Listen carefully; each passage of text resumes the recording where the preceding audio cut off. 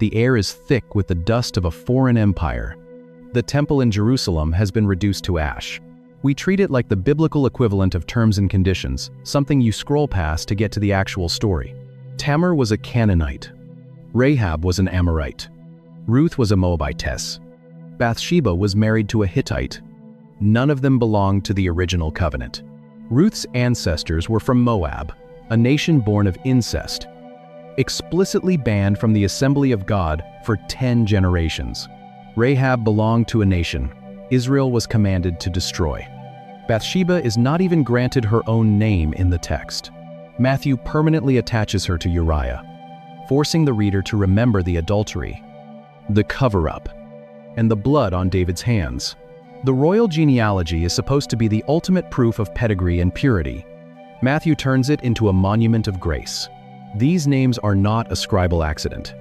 They are an announcement. By forcing these 4 women into the opening lines of the New Testament, Matthew is breaking the boundaries of who belongs to God. He is showing that the bloodline of the Messiah is not a closed circle for the untainted. It is an open door for the desperate. The king does not descend from a pristine, spotless lineage. He carries the DNA of the outsider in his own veins. But Matthew's theological editing cuts both ways. If the inclusion of these 4 women is a scandal of grace, what he does with the rest of the list is a scandal of judgment. To the miracles, to the parts that matter. We assume the story stops when the list begins. Because while he writes the desperate outsiders into the book, he takes 3 men who held absolute power in Israel, kings who actually sat on the throne and wore the crown, and he completely erases them from the record. Look at the ink on the page. Look at the gap between 2 names. Matthew chapter 1, verse 8. Yoram begot Uziah. Read it in Greek. Read it in English. It flows perfectly. The transition is seamless. But if you hold Matthew's list up against the ancient scrolls of 1 Chronicles, the math breaks down. A massive gap appears. History says something else. Joram did not father Uzziah. He was his great-great-grandfather. 3 entire generations are missing. 3 kings are cut out of the timeline. Ahaziah, Joash, Amaziah. They are not historical footnotes. They were powerful men. They wore heavy gold crowns. They walked on cold marble floors. They commanded chariots. They sat on the cedar throne in Jerusalem. But Matthew drags a knife across the parchment. He scrapes their names out of the book. He erases them from the bloodline of the Messiah. Why? Look at their lineage. Look at the blood in their veins. They are the descendants of Athaliah.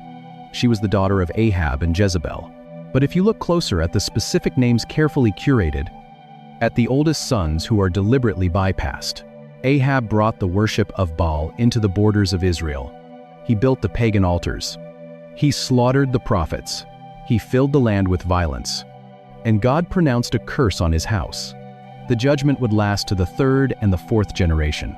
Ahaziah, Joash, Amaziah. 1, 2, 3. Matthew is not making a historical error.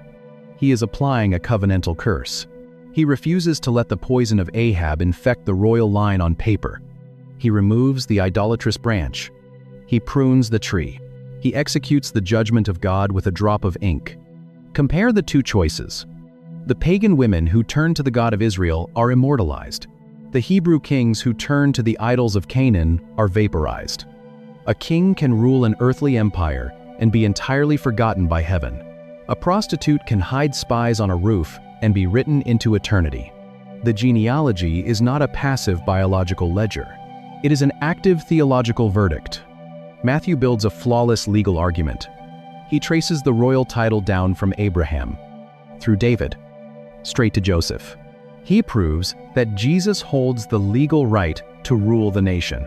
But a legal title is only half the requirement. The promise in the Garden of Eden was not just about a throne, it was about a seed, a physical descendant. At the scandalous outsiders intentionally dragged into the spotlight, you start to see something the bookkeeping reading completely misses. To find that, you have to leave Matthew's ledger. You have to open the Gospel of Luke. And you have to watch the timeline start running backward. The water of the Jordan River drips from his face. rough. Wet wool clings to his skin. The Judean sun beats down on the silent crowd standing along the muddy banks. The sky violently tears open. A dove descends, and a voice echoes across the valley, claiming this carpenter as the beloved Son of God. This is the most dramatic moment of his early life. And right here, a Greek physician named Luke hits the brakes. He stops the narrative, dead in its tracks. He inserts 77 names. But Luke does not copy Matthew's ledger. Matthew starts at the beginning and marches forward through history. Luke starts at the water of the Jordan and walks backward into the dark. He does not trace the royal, legal title passed down through the kings. Many scholars believe Luke is tracing the actual biological bloodline, the physical descent that runs straight through Mary. Matthew stops his list at Abraham, the father of the Hebrew nation. A king of Israel only needs to prove he belongs to the people of Israel. But Luke keeps going. He writes, past Abraham. He traces the names backward through the mud of the floodwaters. He pushes past Noah. He walks past Enoch. The genealogies are not a list of who lived and died. They are a map of how God builds a kingdom out of broken people. He reaches past the flaming sword, straight back into the uncursed soil of Eden, the son of Enosh, the son of Seth, the son of Adam, the son of God. Luke is not proving a political right to rule. He is proving the biological capacity to save. The logic is terrifyingly simple. If Jesus is going to be the second Adam, if he is going to absorb the curse that infected the entire human race, he cannot just be a legal heir. He has to share the physical DNA of the man who broke the world. He has to be knit from the exact same fragile flesh. He has to bleed the exact same red blood. The genealogy is the unbroken tether, connecting the water of the Jordan back to the dirt of the garden. It proves that the seed promised to the woman, while the fruit was still on the ground, has finally arrived to crush the head of the serpent. The ledger is complete. The bloodline is secure. We can see the majestic architecture in these ancient lists. We can marvel at the survival of the seed, but eventually, you have to close the biblical text. Put away the history books and look at your own name. We spit into small plastic tubes. We seal them in envelopes. We mail them to modern laboratories. This is not just an intellectual exercise. It is a diagnosis of how we view our own lives. We live in a world obsessed with pedigree. We wait for the digital pie charts to light up our screens. We are a species obsessed with our own origins. We want to know where our blood comes from. We want a pristine pedigree. So, we carefully curate the record. We build flawless resumes. We crop the family photos. We hide the bitter divorces. We bury the substance abuse. We edit out the black sheep. We try to present a solid, unbroken chain of success and stability. But human history does not work like that. Every family tree has a snapped branch. Every bloodline carries a shadow. You sit on a crinkling paper bed in a cold clinic. You hold a plastic clipboard. You check the boxes for generational diseases. You feel the genetic weight. You hear the hushed whispers at a holiday table about the cousin no one mentions. You carry the burden of a name you did not choose and a past you did not write. Most people assume God can only use the unbroken. We assume our generational trauma disqualifies us from the divine narrative. The biblical ledger says something else. Your family history is not a permanent disqualification. It is the exact raw material God uses to build. Look back at the men and women who carried the seed. Judah sold his own blood for silver. David sent a loyal soldier to bleed out on a dirt battlefield to cover up an affair. Manasseh filled the streets of Jerusalem with innocent blood. We build resumes. We carefully curate our backgrounds. We assume that to have a life of consequence or to be used by the divine. Rahab sold her body to survive the crushing poverty of Jericho. If God required a perfect vessel, the Messiah would never have been born. He uses the coward. He uses the outcast. He uses the second son. He uses the foreigner. He takes the absolute wreckage of human decisions and weaves them into an unstoppable covenant. The genealogies scream this reality from the page. They prove that grace does not float above the mess of human existence. It descends directly into it. But the most powerful part of this ancient record is not just who gets included in the earthly lineage of the king, it is where these names ultimately end up when the final pages of the Bible are written. A promise survived a flooded world, and a seed landed on dry earth. A firstborn son lost his birthright, and a younger brother carried the covenant. A man sold his own blood for silver, and the eternal scepter was placed in his hands. A Canaanite woman hung a scarlet cord from a window and secured her place in the royal line. A tax collector carved the idolatrous kings from his ledger and built a mathematical throne. A physician traced a bloodline back to the dirt of Eden and proved the second Adam had arrived. Requires an unbroken chain of good decisions. Right theology. And a pristine heritage. We think our failures disqualify us. A carpenter stepped into the muddy water of the Jordan, and the heavens finally tore open. Same broken branches. Same eternal king. But maybe the part that stays with me most is the contrast in the ink. 3 kings sat on a literal cedar throne in Jerusalem, commanding chariots and wearing heavy gold, and heaven dragged a knife across their names. They were completely erased from the bloodline of the Messiah. While Tamar, a foreign woman sitting abandoned in the dust by the road to Timnah, is permanently engraved into the opening lines of the New Testament. The powerful are forgotten. The broken are immortalized. If you are in a season where you look at your own history and see nothing but snapped branches, this is a place to sit. If you feel the heavy weight of generational dysfunction, or if you assume your own failures have permanently disqualified you from the divine narrative, look at the front page of the Gospel. The genealogy is proof that God does not require a pristine vessel. He does not need a flawless resume. We hide the messy, embarrassing branches of our own family trees because we think they are a liability. He builds his kingdom exclusively out of the fractured, the failed, and the desperate. And may the God who has never once been stopped by a broken pedigree take the wreckage of your past and write it into a story of redemption. The biblical authors do the exact opposite. They put the mess on the front page. These lists are a subversive piece of literature. A scribe sits in a dim room by the river Chebar, unrolling a rough parchment scroll. The iron gall ink is fresh, but the names are ancient. They hide a rebellion in plain sight. Every time you read the word begot, you are watching a promise survive a famine. You are watching a bloodline survive an exile. You are watching God smuggle redemption through the darkest centuries of human history, using the most unlikely people imaginable. To find out why these specific names were preserved while massive empires were entirely forgotten, you have to start with the language itself. You have to look at a single Hebrew word that acts as a structural hinge for the entire first book of the Bible. It is a word that appears right when the world falls apart. But the detail that changes how you read the whole list is what happens immediately after the gates of Eden swing shut. The flaming sword blocks the path back to the trees of Eden. Adam drives a crude wooden spade into the cursed, unyielding soil, wiping a mixture of sweat and dust from his forehead. Eve holds a newborn child against her chest, listening to the fragile rhythm of his breathing in a broken world. The garden is sealed forever, and the brutal, grinding work of human survival has begun. If you read the book of Genesis quickly, the narrative appears to bounce wildly from cosmic poetry to ancient family dysfunction. He traces the letters, writing them down one by one, sounding them out in the quiet of the room. Adam, Seth, Enosh.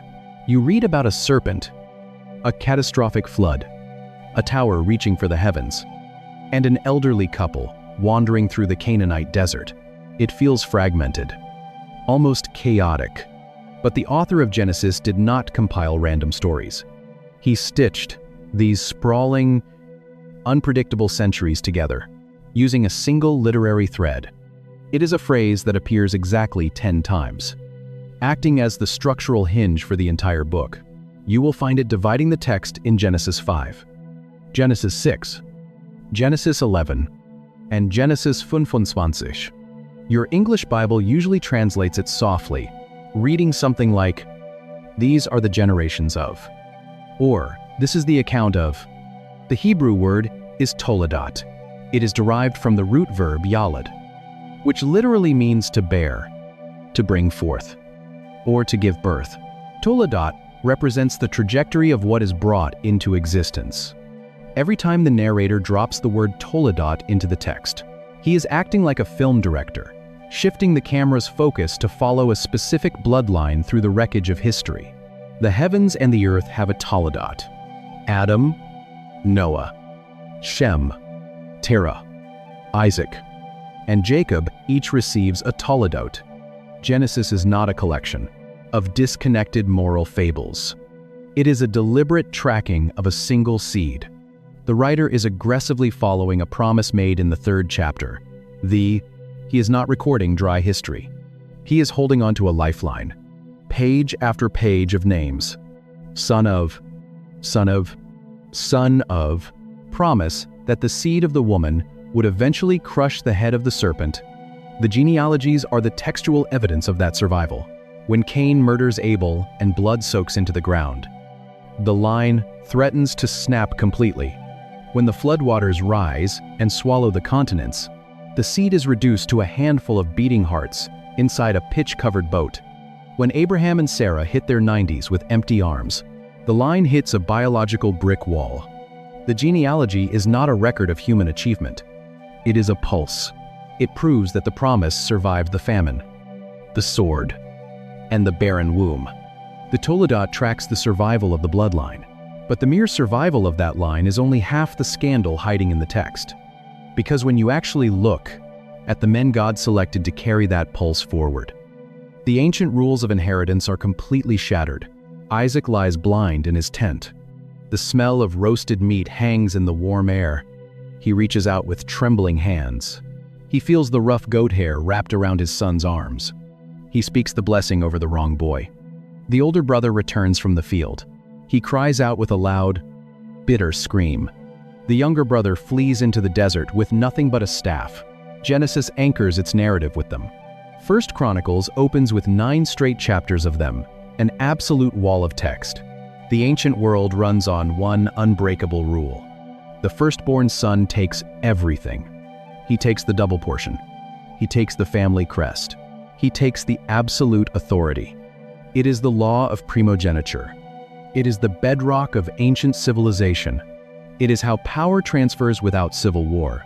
But God writes a different story. Ishmael breathes first.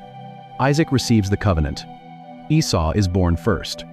Jacob steals the blessing. Reuben opens the womb. Judah gets the scepter. Manasseh is the older brother. Ephraim receives the right hand of blessing. Aaron is 3 years older. Moses holds the staff of power. Eliab is tall and handsome. David smells of sheep and wears the crown. The pattern is relentless. God bypasses the expected heir. He skips the strongest. He ignores the culturally entitled. He reaches to the back of the line. The genealogy is not an endorsement of human tradition. It is a dismantling of it. Look closely at the 12 sons of Jacob. The promised seed must pass through one of their tents. The choice seems obvious. You pick Reuben, the firstborn. But Reuben defiles his father's bed. He is stripped of his rank. You move to the next in line, Simeon and Levi. But they draw their iron swords and slaughter the unsuspecting men of Shechem. Their anger is cursed. They are scattered. The blessing falls to the 4th son. His name is Judah. Judah is not a hero. Judah is the one who looks at his brother Joseph in the pit. Matthew begins his entire gospel with them. Luke interrupts the baptism of the Messiah to insert them and suggests selling him to Ishmaelite traders. He counts the 20 pieces of silver. Judah is the one who refuses to protect his daughter-in-law Tamar. Judah is the one who walks up to a woman he believes is a roadside prostitute. He hands over his personal signet ring, his cord, and his staff as collateral for a moment of pleasure. He is a man of compromise. He is a man of deceit. He is deeply, fundamentally flawed.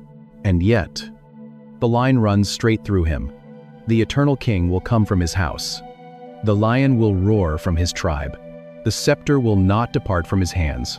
The bloodline does not reward the pristine. It redeems the broken. This subversion in Genesis is just the prologue. Because when you turn the page to the New Testament, a Jewish tax collector takes this chaotic, deeply flawed family tree and begins to write. And what he does with these names is not a simple history lesson. He turns them into a masterpiece of hidden architecture. Open the first page of the New Testament. You do not find a story. You find a spreadsheet. Matthew, a former tax collector who spent his life analyzing Roman ledgers, opens his account of the Messiah with a genealogy. He dips a reed pen into dark, iron gall ink. He presses it against a rough sheet of papyrus. The same rhythm. Again and again. 40 centuries of human history reduced to a rhythmic roll call of the dead. He traces the sharp, square edges of Aramaic letters, copying ancient names onto a new scroll. To a modern reader, staring at this column of text feels like hitting a brick wall. But to a first-century Jewish reader, it is a masterclass in structural architecture. Matthew is not just organizing a family tree. He is building a throne. At the end of his list, Matthew explicitly points out his own design. He tells the reader that he has structured the genealogy into 3 distinct sets. 14 generations, from Abraham to David. 14 from David to the Babylonian exile. 14 from the exile to the Christ. He is deliberately forcing the turbulent history of Israel into a precise mold. He actually skips several kings. He compresses generations just to make the math work perfectly. Why 14? The answer lies in the mechanics of the ancient language itself. In biblical Hebrew, there are no separate Arabic numerals. Every letter of the alphabet also functions as a number. Aleph is 1, Bet is 2, Gimel is 3. This practice of calculating the numerical value of words is known as gematria.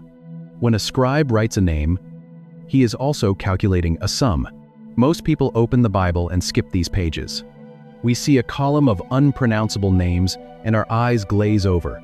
The name David in Hebrew is spelled with just 3 consonants. Dalet, Vav, Dalet. Dalet is the 4th letter of the alphabet. Vav is the 6th letter. Dalet is the 4th. 4 plus 6 plus 4 equals exactly 14. 14 is not a random division. It is the numerical signature of the king. If seeing the mathematical precision beneath the surface of the biblical text is sparking something new in you, you're exactly who this channel is for. Drop a thought in the comments and hit subscribe. Because every week we go deeper into the architecture of the text than you knew was possible. So, Matthew continues building his list. He takes the sheer chaos of human history, the bloody wars, the centuries of silence, the dust of the Babylonian exile, and he stamps the name of David across all of it. 3 times.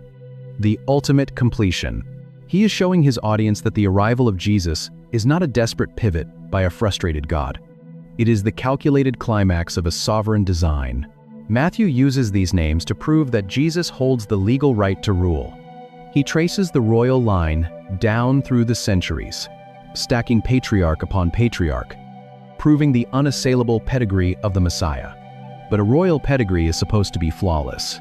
It is supposed to highlight the purest, most honorable branches of the bloodline. In the ancient Near East, women were almost never included. We treat it like a phone book from a dead civilization. We assume it is just ancient bookkeeping in these official patriarchal registries. If a scribe did include a woman, it was to honor a revered matriarch, a Sarah, a Rebecca, a Rachel. Matthew ignores all of them. Instead, he dips his pen into the ink, reaches into the darkest, most scandalous corners of the Old Testament, and writes down 4 names that should have never been there. A woman sits in the dust by the road to Timnah, her face hidden behind a thick veil, waiting for the father-in-law who abandoned her. A woman ties a rough scarlet cord to a window frame in Jericho, listening to the terrified whispers of a city about to burn. A woman lies perfectly still on the hard stone of a Bethlehem threshing floor, the smell of crushed barley in the cold night air, waiting for a man to wake up. A woman stands shivering in the evening breeze, washing herself on a Jerusalem rooftop, unaware that a king is watching from the balcony above. Tamar, Rahab. Ruth, the wife of Uriah. These are the 4 women Matthew chooses to include in the royal genealogy of the Messiah. He reaches past Sarah. He bypasses Rebekah. He ignores Rachel. He goes into the darkest, most vulnerable corners of the ancient world and pulls out the foreigners, the outcasts, the women marked by systemic exploitation and sexual scandal.